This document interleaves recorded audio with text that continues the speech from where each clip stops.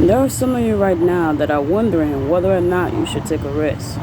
Remember, no risk is going to be safe. However, some risks are worth it. Did I take a risk to become an author? I took several risks. What did I risk?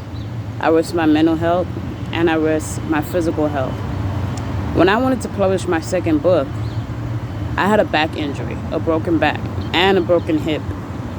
The doctor told me that I was not supposed to go to work, but I went to work early anyway. That's just how badly I wanted my second book to get out there. I could have slipped and fell when I was on the job. I could have became paralyzed. I could have added an additional injury to the one that I already had.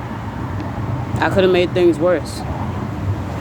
And if the worst would have came to shove, in other words, if I would have became paralyzed, if I would have slipped and fell and get myself an additional injury, nobody would have been there to help me. But that's the risk that I took. I risked my mental health. I risked my solitude, my sleep, and my self-care. Anytime when I had a moment to myself, I would never do anything else aside from work on the book.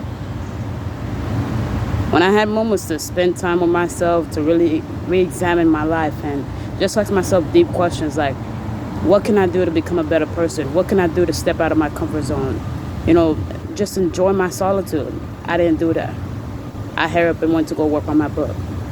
Anytime when I had time for self-care, Anytime when I had time for self-care, in other words, time to do something that I enjoy, that makes me feel good, I didn't do it. I went to go work on my book. Anytime when I had time to sleep early and get a full 8 hours of sleep, I didn't do it.